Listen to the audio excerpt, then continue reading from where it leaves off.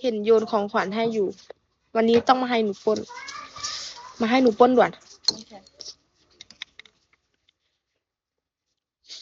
ไฟยังเหลืออีก467 ดาวนาทั่วจะได้3 ดาว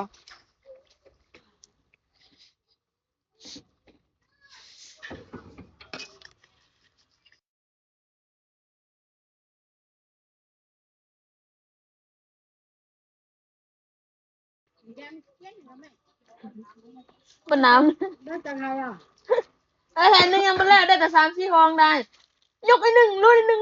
ยืนมึนอย่างเงี้ยเดียวท่านนะมันไปคนเดียวใช่ตอนเรื่องมันตอนไปมันคนเดียวเนี่ยบักเสร็จแล้วบ้าว่าไอ้1ก็ทอรูดก่อนแล่นไปปิดจักมาแปลงทอแล้วก็จึงแล่นไปติดจักมันมาสร้างไซเจ็บตีนเนี่ยเอาตอนเช้าซื้อจักรยานเดียวสบายน้ำดื่มแล้วดูโอ้โหเบิ้งของเขาหันสวัสดีค่ะพี่เวล5มันว่างเปล่าใครนึงยังไปแล้วไม่มีซีโฮงใส่ให้ยุ่งมือนั่นบะอินแย่จุ่มน้ำดื่มดังพูดดังมือนั่นบะอินมาเป็นบะอินบอกแล้วมันขายเยอะๆในตู้ขายที่จักรแกปุ้ยบะอินมันเอาอยู่เมืองไทยมามันขายลิตรนึง15,000เฮาก็ปล่อยนางเอาน้ำมันออกจะดีบ่มีจ้ะเดี๋ยวเราบุกเฟื่องไหมมันเล็งจักแห้งเลยเนาะเล็งแห้งปั๊บใครจะไปอีกอ่ะใครอ่ะไปว่าปลาอยู่นี่คือน้ำมันนี่ไปจ้างคุณนี่3 ตุ๊กไปน้ำมันแล้วก่อนไปจ้างซะไปจังแม่กระชวนมันใส่น้ำมือผมมีคนใส่น้ำมือแล้วแพไปจ้างยังย่างกับน้องโมเอาไปนอนฉันเลยเนี่ยแตงโมเนี่ยเพิ่นนางเพิ่นนะคะเพิ่นไปให้กับขึ้นหน้าเพิ่นไปแล้วเพิ่นเคยกระดำขึ้นมาเอ้ยลูกตัวบ่คือเพิ่นเนี่ยมันสั่งถามจะได้ไปสบายก็ลังจะสบายไปให้คุณลูกไปเอาเนาะไปเฮ็ดแต่เวียนเนาะ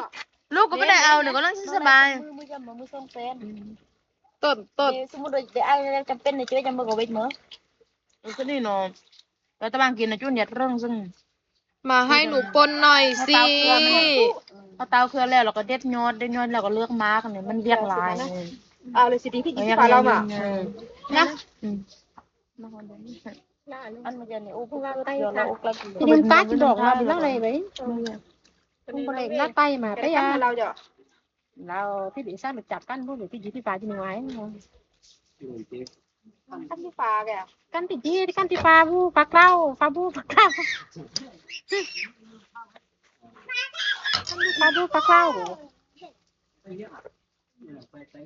จะนำมือผู้เดียวอยากให้ต้องถึงหวานยากนี่ถ้าตัวยาวไอ้ก่อนอันนี้ก็แม่ตัวโตแต่เนี่ย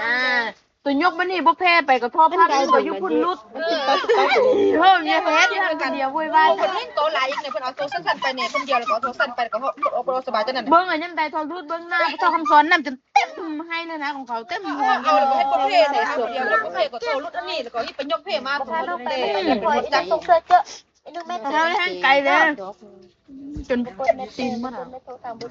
คุณมาตะวินมันจะเข้าในเนี่ยมันเจ็บเล็บทาง2เบื้องน่ะสมเลยไม่ได้ใส่ไปเพิ่นนั่งใส่ตัวไปลูกตัวผู้ชายอัดซ้ำมั้ยไปดึงไปดึงมาให้หนูปนเบอร์ได้แม่หน่อยสิยังปกแล้วก็โทมใส่ส่งโทมก็แม่นได้ค่ะหนูเดาไปหน้ามาเป็นไข่เลยแม่